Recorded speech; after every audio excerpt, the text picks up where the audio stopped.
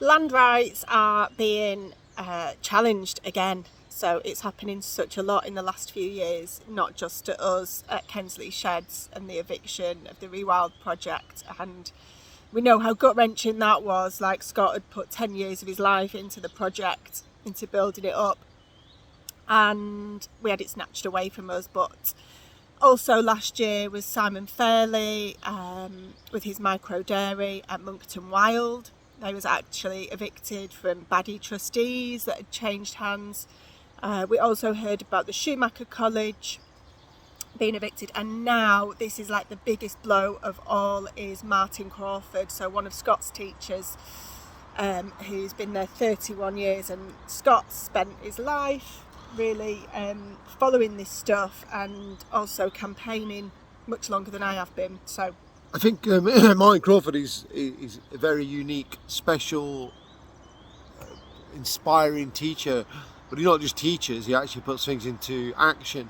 And he set up the sort of temperate forest garden of 2 acres about 30 years ago, and it's probably one of the best demonstration sites in Europe, if not the world, for agroforestry. And he set up the Agroforestry Research Trust, but the challenge was that he'd set it up on Dartington Trust land, which are, as usual, unfortunately now, restructuring since 2023. And fair enough, these places still have to make a profit and have to run as a business. But then I think they cut like 160 jobs, and part of their sort of massive clear out was closing the Schumacher College, which is probably one of the most forward-thinking colleges out there, sort of mostly ecologically based. And they literally gave the college 4 days notice for their master's degree before they closed down the college. Then also, what was sort of like pretty shocking as well is that, you know, they've got 1,200 acres of land, which is prime on the edge of Totnes in Devon, and they've already sold off many hectares for developers to build housing. And I know there's housing shortfall, but it's not as though like they coming up with anything that's innovative. You know, it's just the usual Bovey and Wimpy and all these sort of 4 main housing builders are just getting the first grab of this land grab. That's essentially what it is, really. And the small village is not actually built like most of these small villages. It's not built to sustain, to be able to cope with all these new houses. And there's going to be nothing like new or interesting about these houses. But the irony as well is that, you know, Schumacher College is one of the best colleges around. They're still going, but what also kind of sort courses are there? They do sort of like ecological courses around. They're very linked with Resurgence, and they also had like a 5-acre site which we started growing a lot of perennial edibles on, which was very sort of linked in with the college, which I don't know how that stands now.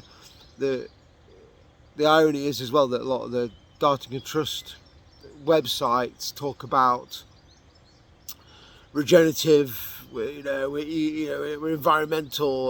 We're very forward thinking, and we want to support local small businesses and initiatives. But they're not really doing that anymore. They have actually, the buildings of the Schumacher College still remain empty.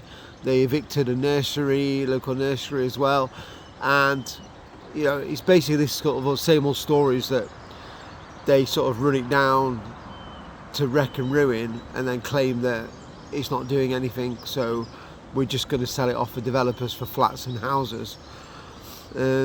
Also the sort of laughable thing as well, at the end of the month they've got a 4-day conference on Ready to Lead, which is like this all sort of global corporate and governmental exclusive leadership for 4 days. And you know, that sort of sums it up really, is its exclusiveness, and they're acting like feudal lords of the old days. And you know, Martin Crawford and the sort of Forestry Research Trust, they tried to negotiate a lease like 4 years ago, and it's just been dragged on and on and on.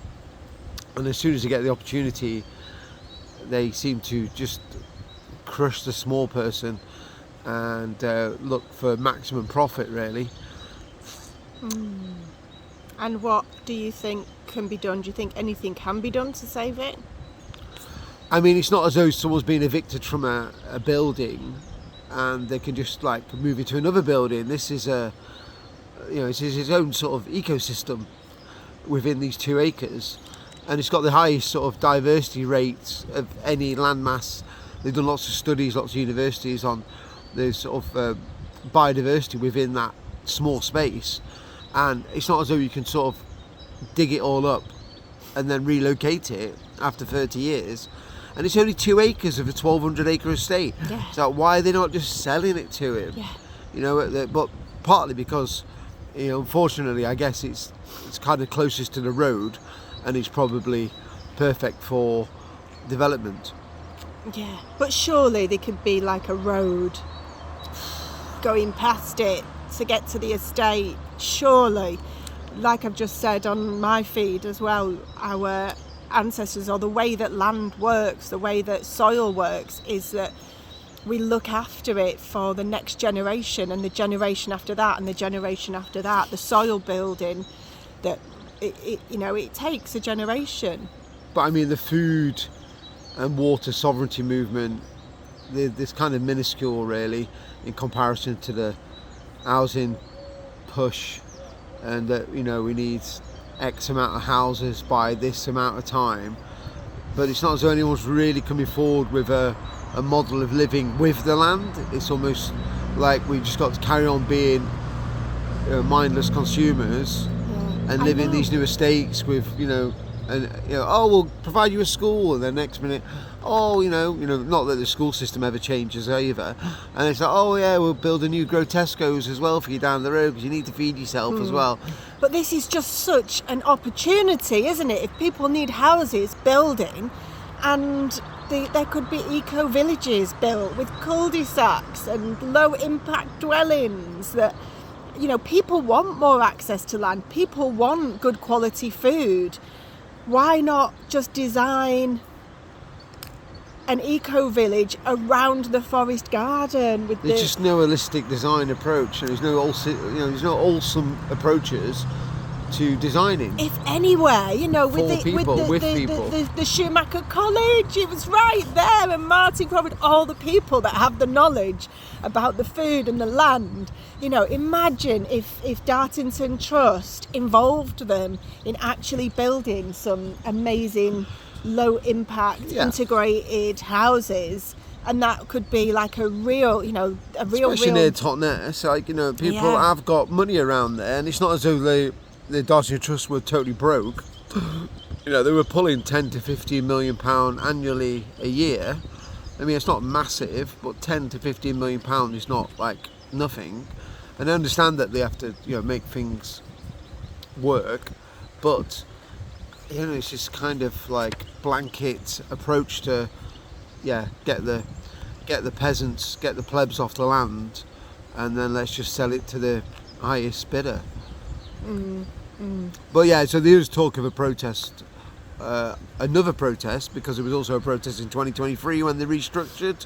That even got on the national news, because people were disgruntled with the 160 people or whatever that got made redundant, and then they're restructuring and they're all sort of refinancing of it, and it did sound like it was in a bit of a mess. But then I don't know, it's just sort of this old throwing the baby out with the bathwater, the get rid of everything that's not corporate.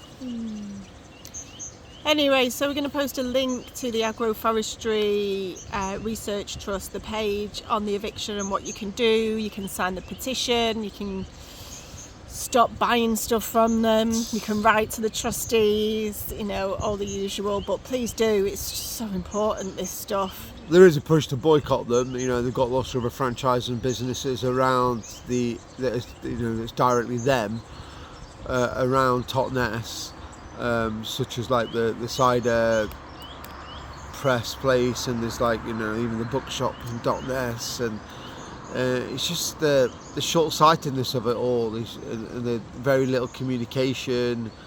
It's a bit exactly like how we got treated, really, with sort of Forestry England, and it's how most of these people, and we're not the only one, and we're not trying to play victim. It's just, it seems to be quite a trend now of looking to crush any form of resilience that's being built in the community, especially, and it's just a big push for, you know, greenwashing.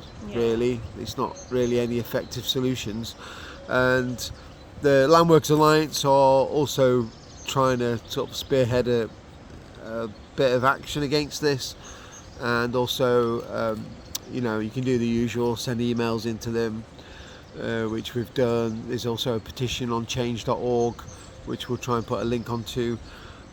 But yeah, I mean, this might not seem a lot, 2 acres, which is not really, but it's a demonstration site, you know, showing what's possible. And if you get a chance to visit, then I would do so. They do tours as well. I've not been yet. I really want to go. Yeah, I thought it'd be there forever. It's amazing. Yeah, he's you know, Martin Crawford is like the godfather of agroforestry. But they also organised the agroforestry symposium from there and around there. It's incredible the work that they're doing. I just can't imagine how he must be feeling now, like when you've invested 30 years of your life, 3 decades of your life, building something up to help society, humanity, the land, you know, creating answers for the future, for our next generation, and yeah, making it so amazing, and then just having the rug pulled out from under you. It's just unbelievable. It just, I don't understand, like, where these, like, I mean, it just feels like they just sort of declared war on any land workers or any form of, like, potential real sustainability. It's just, you know, there's no real support for regenerative approaches, and it was supposed to be, could go on forever about the new agricultural bill, which was supposed to involve even the word, I think they involved the word regenerative, but it's just words, isn't it? And I mean, I'm super passionate still about a movement like Reclaim the Fields and start taking land with or without permission, land that's disused or abused. It feels that, you know, a lot of people that want to do stuff are either going to other countries or just becoming very depressed, and it is depressing. It's like, how do we, like, empower ourselves to collectively organise again and start reoccupying the land? It's our land, you know, it's been taken off us by the experts.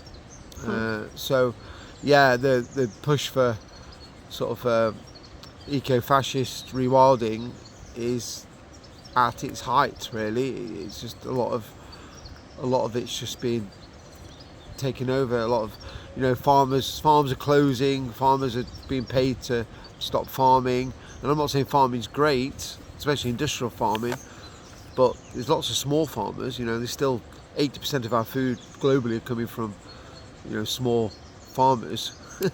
It's like, you know, how do we replace that? Like, you know, just keep shopping at LIDL and go to Tesco's.